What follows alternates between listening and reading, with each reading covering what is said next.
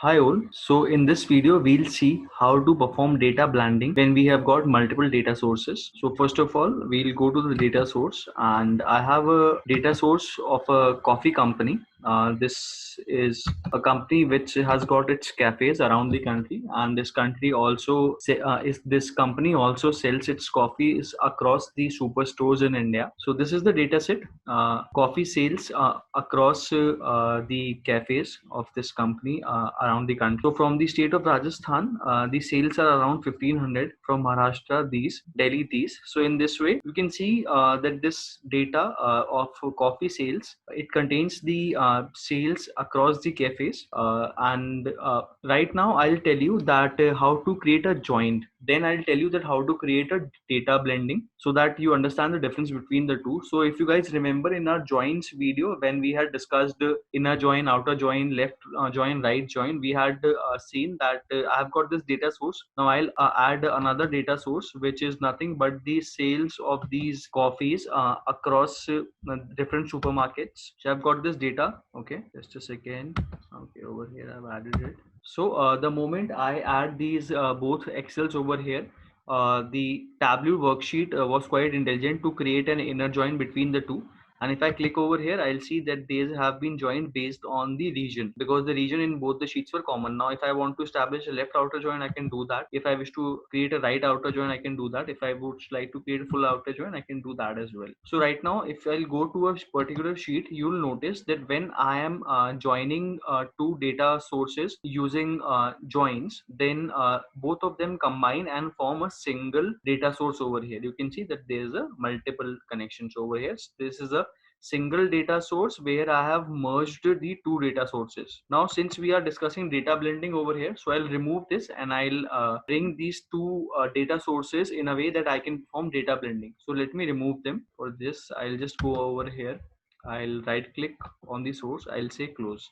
So these data sources have been removed. Now, first of all, I'll import my coffee sales across cafes. This is the coffee sales across cafe. Now I'll go to the sheet over here. I'll go to data over here. I'll go to I'll say add new data source, and I'll add the second data source which tells the coffee sales across the supermarkets. When I click OK over here, now you will see that this is different sheet altogether, and this looks over here you will see I've got these two data sources. One is of the coffee sales across supermarkets, another is coffee sales across cafes. So both of these data sources, although they have been imported in the same Tableau worksheet, but they haven't been merged together. So when I go over here, you can see that these data sources are still independent. They are separate from each other. So now I'll create and establish a relationship between the two. I'll go over here in the data. I'll say that edit the blend relationship. So I'll go over here. One is automatic. It has automatically created the relationship seeing the two databases based on region and state. But if I would like to edit it, I can do that. I'll select custom over here, and now I can edit that I would like to means this is my primary data source. Supposedly primary one is the one which is selected over here. So I am saying that my coffee sales across supermarkets is my primary data source, and my copy sales across cafes is my secondary data source. So this is the left pan is for primary data source, right pan is for secondary data source. So over here we are matching region with region, and we can also match sales with sales, since by default automatically it has taken the two together. So the relationship has already been established. Now over here, if I want to plot the relationship between the states and the sales across them, so what I'll do, if I take state from this data source, that is the coffee sales supermarket, then this data source by default will have a blue tick over here, and this shows that this database has become my primary data source, since I have fetched the field first of all from this data source. Hence this data source becomes my primary data source. Now I would like to plot the sales over here with the states in the coffee sales supermarket. I'll rename this field so that I can differentiate the sales between the two data sources. So this is sales across the supermarkets.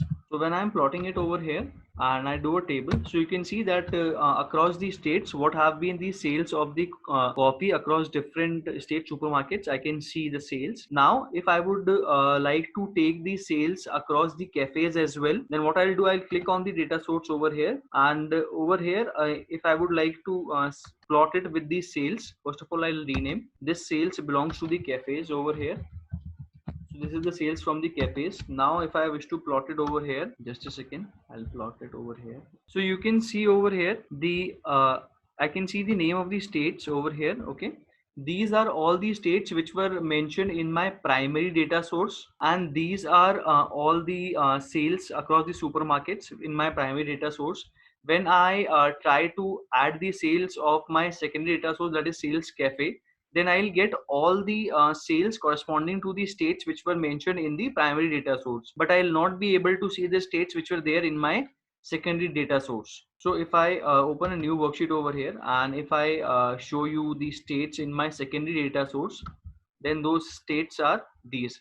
In my secondary data source, I've got Delhi, Goa, Gujarat, Kerala, Maharashtra, Odisha, Rajasthan, Sikkim, and Uttaranchal. Whereas in my primary data source, some of the states are missing, like Rajasthan and Maharashtra. They are not in my secondary data source. But since right now I have first fetched the data from my primary data source, so I see these state names only, and I see the corresponding sales. And when I fetched my secondary data source sales over here, I get the sales corresponding to these states only. I don't get to see the sales of the states which are there in my secondary data source. So in this way, when you are applying data blending, basically in data blending, a left outer join happens, and in left join, in this left join, the table which is the primary source table is considered my left table, and the secondary data source is considered my right table. So again, I would repeat, in case of data blending, which is a special case of joins, in data blending we only have left join, first point. Secondly, in data blending, my primary data source acts as my left table, and my secondary data source acts as my right table. So over here, when I see the sales, then over here I can see the sales for the supermarkets, which is my primary data source, and for the secondary data source I get only the sales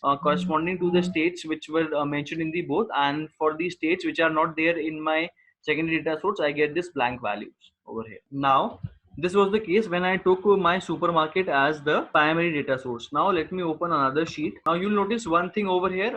When I was creating joins, in case of joins, when I merged the two data sources, they merged into a single data source, and that data source remained throughout every worksheet. In case of data blending, when you are importing the two data sources, they remain independent of each other, and the relationship which you, the primary and secondary stuff which you established, they, that is specific to a worksheet only. So in this worksheet, since we started building using the fields of this data source, so this data source became my primary and this became secondary. Now in this worksheet, again, if you see, there is no primary secondary. Now if I take a field from this, that is coffee sales cafe, then this data sets will automatically, this data set will automatically become my primary data source over here, and I plot sales over here, so you'll see the values.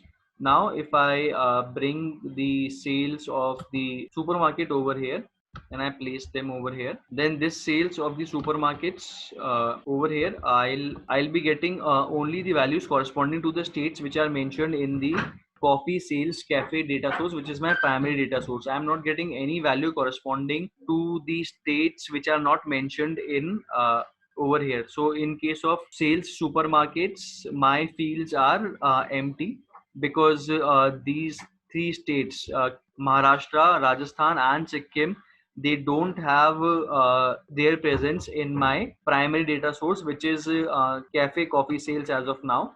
So I would repeat it again. In case over here, I have taken coffee sales cafe as my primary data source, so I'll get all the values corresponding to sales value corresponding to the states I have in this data source. Now in my secondary data source, that is cafe sales supermarket, I don't have the values mentioned for the states Maharashtra, Rajasthan, and Sikkim. That's why these supermarket sales are coming empty for me. So in this way, using data blending, when we perform data blending in Tableau, this basically performs a left join for us for the data sources, and the data source, which is a primary data source that acts as a left table, and the second data source acts as a right. Now we'll see that how difference it makes in the visualization. So let over here, when I was taking the sales supermarket as my primary data source, let me plot a map over here. Okay, let me plot a map over here. So I'm selecting a map. Okay, and over here if I see the states and I label them. Okay, so you will see that in this case, when I'm having my primary data source as a supermarket, coffee sales in the supermarket, then I'll get only those states on the map which have been mentioned in my primary data source. I'll not get to see the states which have been mentioned in my secondary source data source, but which are not in my primary data source. So in this way, I'll not be able to see Sikkim over here because Sikkim is mentioned in my secondary data source. Similarly, I am also not seeing Rajasthan and Maharashtra because they are mentioned in my secondary data source. Now, this is the one where I have taken my cafes sales as the primary data source. Now, if I would like to create a map over here, then I'll see that I am able to see the states of over here. I am able to see the state of Sikkim as well. And I'm okay, this is showing unknown over here. Let me go over here. Let me edit the locations. And there is okay, Maharashtra. In the coming videos, I'll tell you that how to edit the location. So right now I've added the location. So in case I'm taking my coffee sales across cafe as my primary data source, so I'll be able to see all the states and the corresponding sales to them when I'm taking my coffee sales cafe as the primary data source. So all these states are mentioned in this data source, so I can see this data source on the map as well. You can for converting into the fill maps, you can select different options. So coloring, I think you guys already know.